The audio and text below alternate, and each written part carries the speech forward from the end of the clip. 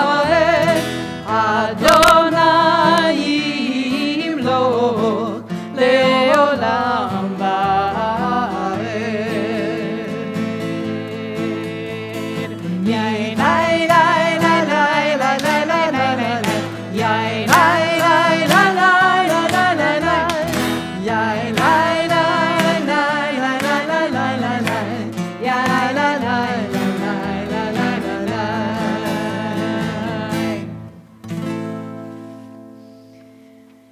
Page 162, Vishamu, because we are held as much as we are holding others. Vishamu b'nei Yisrael et HaShabbat,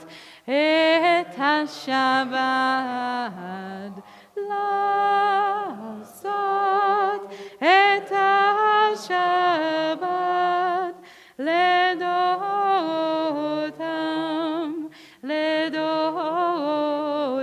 ברית עולם. ביני ובין בני ישראל, אותי לעולם. ביני ובין בני ישראל, אותי לעולם. כי ששת ימים עשה אדוני את השמיים ואת הארץ, וביום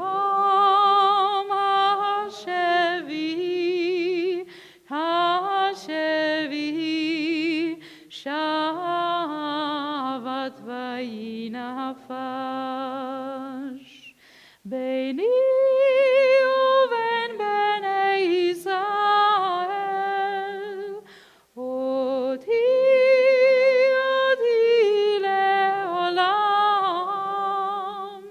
ביני ובין בני ישראל, אותי לעולם. ושמעו בני ישראל את השבת, לעשות את השבת לדורותם ברית עולם. And you know why I love this piece? Because even though it sounds completely different, it is structured exactly like one of the traditional nigonim, A, B, C, B, A, full stop. It's a fun thing. Page 163, a thought. A thought has blown the marketplace away. There is a song on the wind and joy in the trees. Shabbat arrives in the world, scattering a song in the silence of the night. Eternity utters a day. Please rise, page 164, the beginning of the silent Amidah. Adonai sefatai tiftach ufi agi tehilatecha. Adonai, open up my lips that my mouth may declare your praise. Take the time and the space and the pace that you need.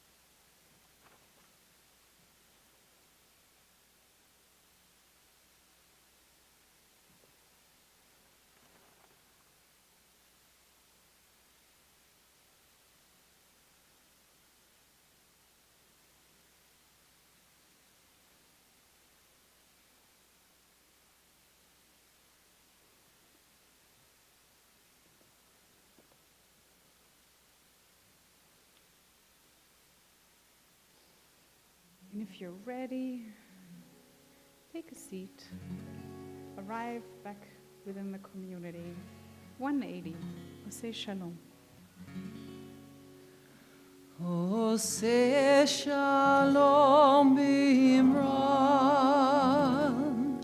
Oyase shalom aleinu, ve'al kol Yisroel, v'imru amen. Yase shalom, Yase shalom, Shalom aleinu, v'yakol Yisroel, Yaseh shalom, Yaseh shalom, Shalom aleinu, v'yakol Yisroel, Yaseh shalom, Yaseh shalom, Shalom aleinu, v'yakol Yisroel, Yaseh shalom, Yaseh shalom, Shalom aleinu, ve'akol Yisroel. Ve'imu, amen. 377. And as we are shifting from the journey of the Israelites and our personal journeys to the journey of our community, of friends, family, or global connection, I want to invite you for a second to let your eyes rest on the picture of these 4 people over there and the number under it. Those 4 people are the hostages that were freed last Friday, at least in our world. In Israel it was last Saturday. So for us it was early Saturday when we finally heard about it. And I sang Shehechianu, a Torah study, because I am deeply, deeply happy about those 4 people coming home. Especially, I have to admit, about Noah coming home, because her picture was one of the images, one of the faces that for the last, I don't even know how many days, 250 or something days, was one of the faces that, made a big impression just on my inner retina. And the 3 guys, I have to admit, I know that one of them is called Agam, and the other one is Andre, and the third one I can never remember, but his family name is Ziv, and that is a name that means a lot to me. So I look at them, and I am so relieved. And I read the news, like all of you, and I read that this cost 247 lives. And admittedly, we don't know exactly if this number is entirely true, but we can assume that people were killed in order to bring these 4 people home. And I am even among these people who say, well, what else is there to do? I'm even among the people who say this might be a time of choiceless choices. And still I cry. And another very upsetting thing for me, reading Israeli and American and German news, is that those 4 people always have names, even though I can't remember them. And they have faces. And those people in the second row, they're always just a number, 247. And we very rarely make space to learn their names and imagine their faces. And it hurts me that we don't have the time, apparently. So today, in the spirit of that word end, and to learn to bend and stretch ourselves, because peace won't come if we insist to never change. I want to sing the prayer for the state of Israel with really only one wish, that we may have time one day to think about what this war meant for everyone involved in this hot and awful mess. If you want to, you can rise. Page 377. First in English and then in Hebrew. O Heavenly One, Protector and Redeemer of Israel, bless the state of Israel, which marks the dawning of hope for all who seek peace. Shield it beneath the wings of your love. Spread over it the canopy of your peace. Send your light and truth to all who lead and advise, guiding them with your good counsel. Establish peace in the land of Israel, and land and fullness of joy for all who dwell there. Amen. Avinu, Avinu, Sheba Shamayim, Tzu Yisrael v'gohalo. Avinu, Avinu, Sheba Shamayim, Tzu Yisrael v'gohalo. Barech et Medinat Yisrael, Reshit Tzmichat Geulateinu.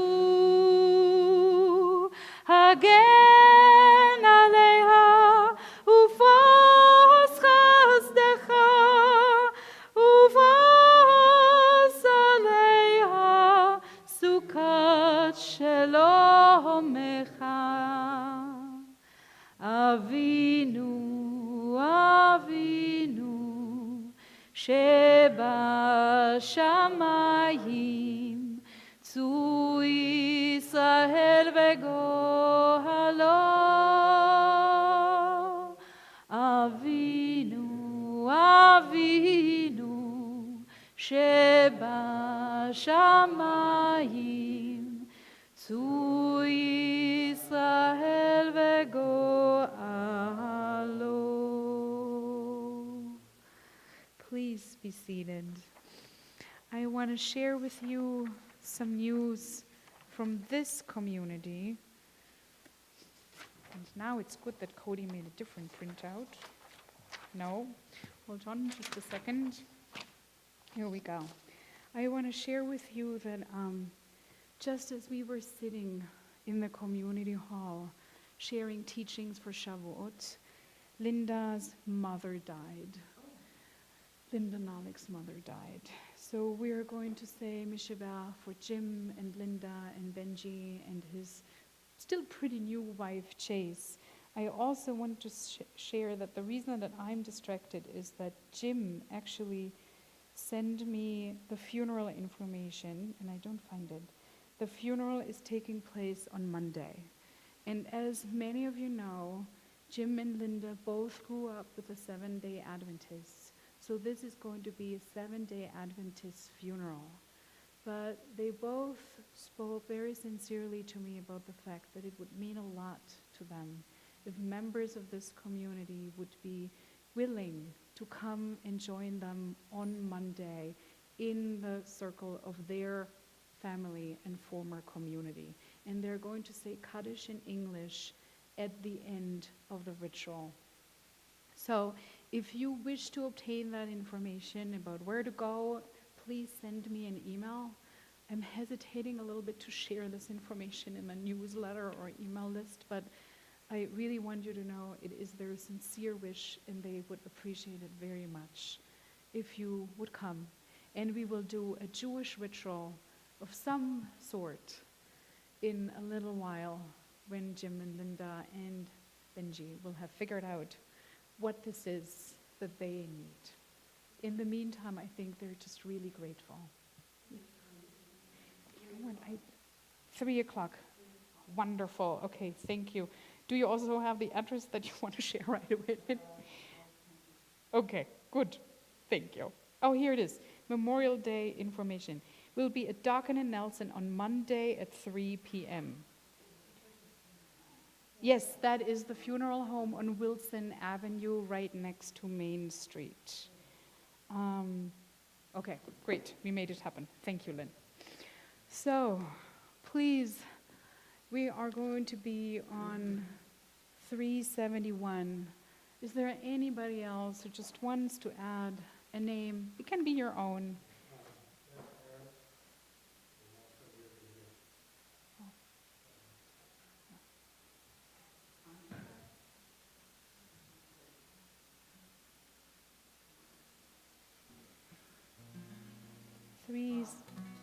Bob, yes. 371. Misheberach Avotenu Mikor HaBracha Imotenu. May the source of strength, who bless the ones before us, help us find the courage to make our lives a blessing, and let us say Amen. Misheberach Imotenu Mikor HaBracha Lavotenu. May those in need of healing with refuah shelema, the renewal of the body, the renewal of the spirit, and let us say Amen.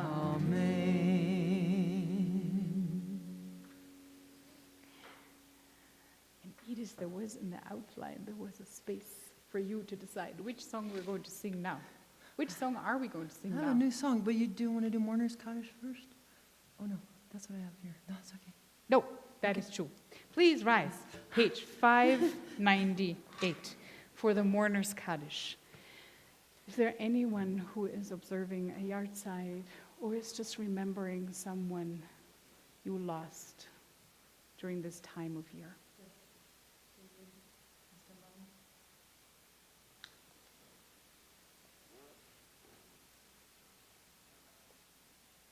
Page 598.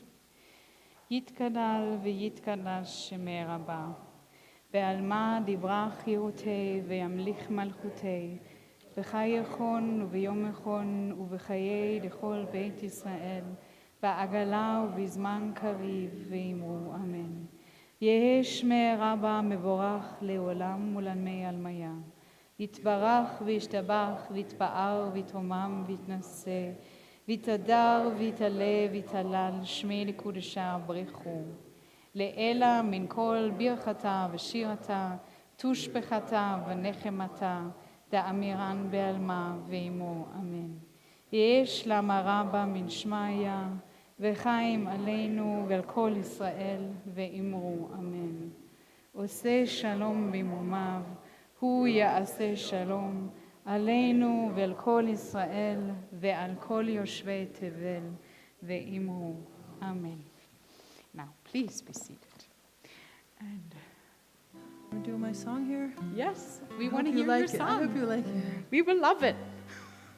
I will surrender to my greatest, highest good. I will release any fear that blocks my way. For every step I take is taken in pure faith, and I am stronger every moment, every day. My mind is willing and my heart is open wide. I trust my instincts and let Spirit be my guide. I vow to live a life that's real and true and free, as I continue walking in this mystery. This is the chorus. I will surrender to my greatest, highest good. I will release any fear that blocks my way. For every step I take is taken in pure faith, and I am stronger every moment, every day. There may be walls, there may be roadblocks on my way, but I can choose to take a higher path each day. And now I know that what I thought was safe and sound was only habit and regret that held me down. I will surrender to my greatest, highest good.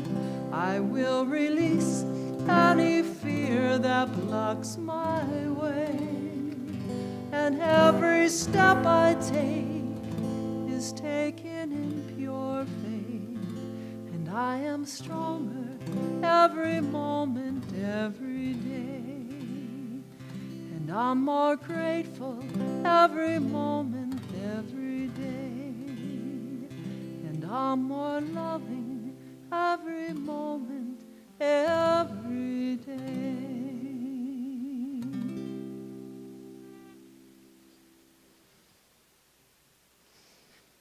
Yevarechecha Adonai ve'yishmerecha, Ya'er Adonai panav elecha v'chuneka, Yisa Adonai panav elecha ve'yasem